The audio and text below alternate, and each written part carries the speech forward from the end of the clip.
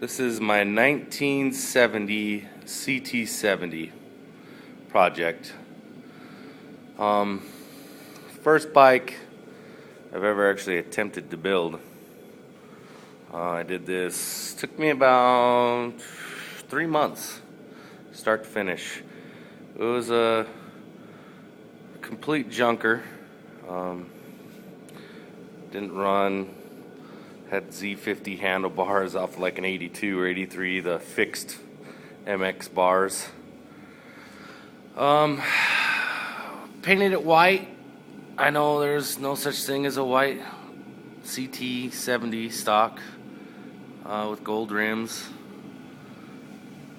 But that's what I wanted. I wanted a white one.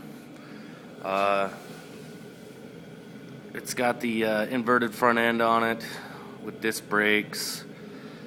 Of course, it has a Lifen 140cc motor with the 12 volt system, of course. So it's been completely rewired for 12 volt, added blinkers and all that stuff to it. Performance exhaust, got heat tape around the header, mainly to keep from burning my leg. That's the oil cooler. Yeah, I know I've got some grief about how I positioned it. To be honest with you, originally I wasn't even going to put an oil cooler on it. I was just going to put a stupid loop in there, but because of course these Lifen motors, you need it connected to get oil to the head.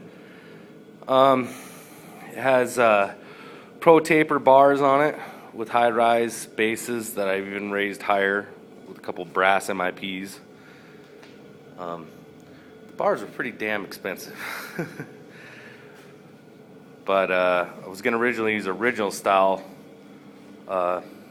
handlebars, but the problem was the triple clamp's so thick that they wouldn't fit. The bolts that are pressed into the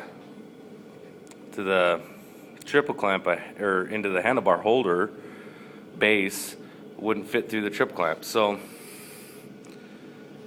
ended up, I was desperate, just went down to the Honda dealership, brought some pro taper bars, got an LED tail light.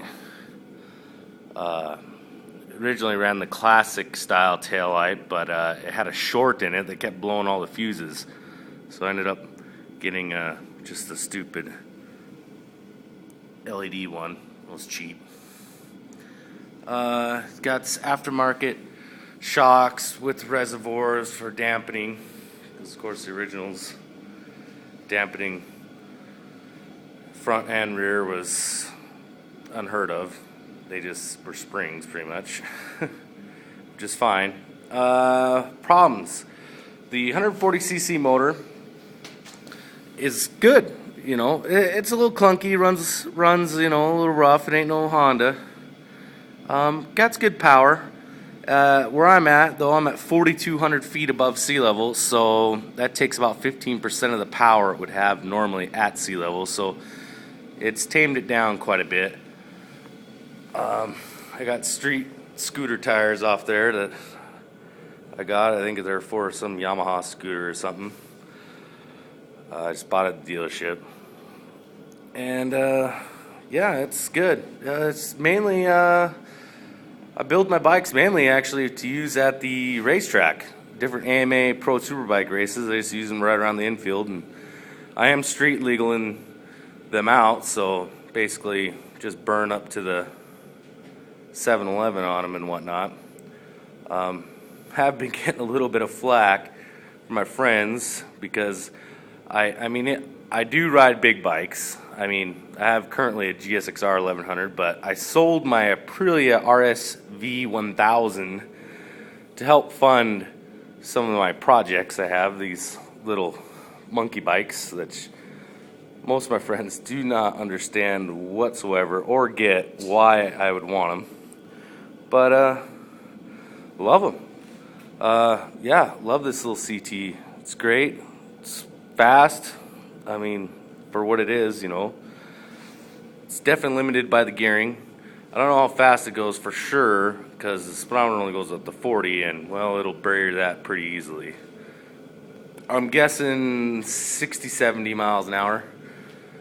would be a good estimate. Yeah, love the gold. Went with the gold just because kind of like the 80s style back in the day, motocross wheels are always like gold. The factory wheels and the RMs and the YZs and everything. So, but yeah, it was a good project. It was fun. Just did it in my garage, bored. And yeah, that's my 1970 ct70.